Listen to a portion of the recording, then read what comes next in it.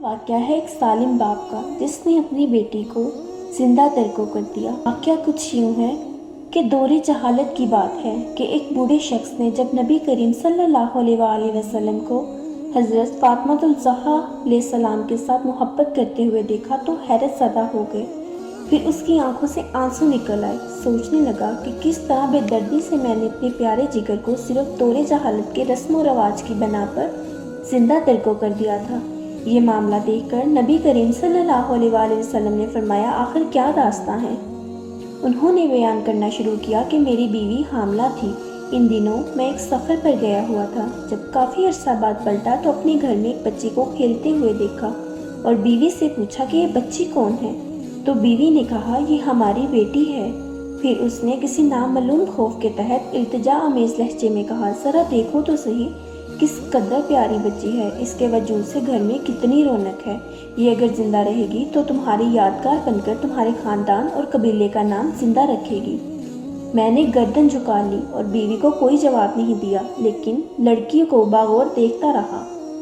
لڑکی کچھ دیر تو اجنبی نگاہوں سے مجھے دیکھتی رہی، پھر نہ جانے کیا سوچ کر بھاگتی ہوئی آئی اور میرے سینے سے لپٹ گئی۔ میں نے بھی جذبات کی روح میں اس کو آغوش میں بھر لیا اور پیار کرنے لگا۔ کچھ عرصہ ایسے ہی گزرا کہ لڑکی آہستہ آہستہ بڑی ہوتی رہی اور کافی ہوشیار بن گئی۔ جب وہ اپنی بلوغت کے قریب پہنچ گئی تب اس کی ماں کو میری طرف سے بالکل اطمینان ہو چکا تھا۔ میرا رویہ بھی بیٹی کے ساتھ بہت محبت آمیز تھا۔ ایک دن میں نے بیوی سے کہا کہ ذرا اس کو بنا سنوار دو، ایک قبیلے کی ایک شادی میں اس کو لے کر جاؤں گا۔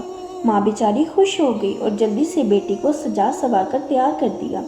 میں نے لڑکی کا ہاتھ پکڑا، گھر سے روانہ ہو گیا۔ ایک غیر آباد بیابان پر پہنچ کر پہلے سے تیار شدہ ایک گھڑے کے قریب میں کھڑا ہو گیا۔ لڑکی بڑی خوشی کے ساتھ اچھلتی کودتی چلی آ رہی تھی۔ میرے قریب آ کر رک گئی اور بڑی معصومیت سے سوال کیا، بابا یہ گھڑا کس کے لیے ہے؟ میں نے اسپاٹ لہجے میں اس سے کہا کہ اپنے خاندانی رسم و رواج کے مطابق میں تم کو اس میں دفن کر دینا چاہتا ہوں، تاکہ تمہاری پیدائش سے ہمارے خاندان اور قبیلے کو جو ذلت و رسوائی ہوئی ہے اس سے نجات مل جائے۔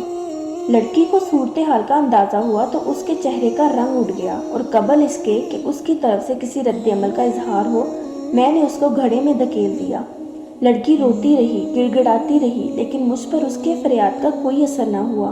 میں نے گھڑے کو مٹی سے بھر دیا، اگرچہ آخری وقت تک وہ ہاتھ اٹھائے مجھ سے زندگی کی بھیک مانگتی رہی، التجا کرتی رہی، لیکن افسوس میں نے اپنے دل کے ٹکڑے کو زندہ ترک کر دیا۔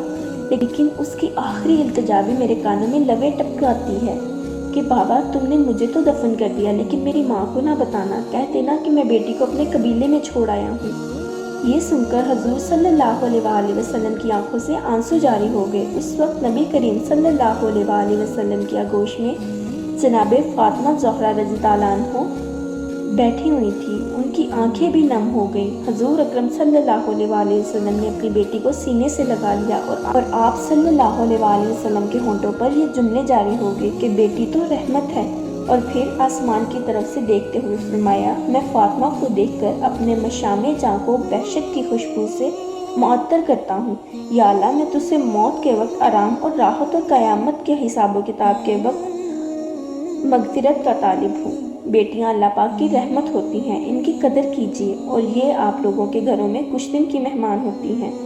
انہوں نے آپ کا گھر چھوڑ کے چلے جانا ہوتا ہے، لہٰذا ان سے محبت کیجیے، ان سے پیار کیجیے، کیونکہ نبی کریم صلی اللہ علیہ وآلہ وسلم اپنی بیٹی فاطمہ الزہرا رضی اللہ عنہا سے بہت محبت کیا کرتے تھے۔ سبحان اللہ۔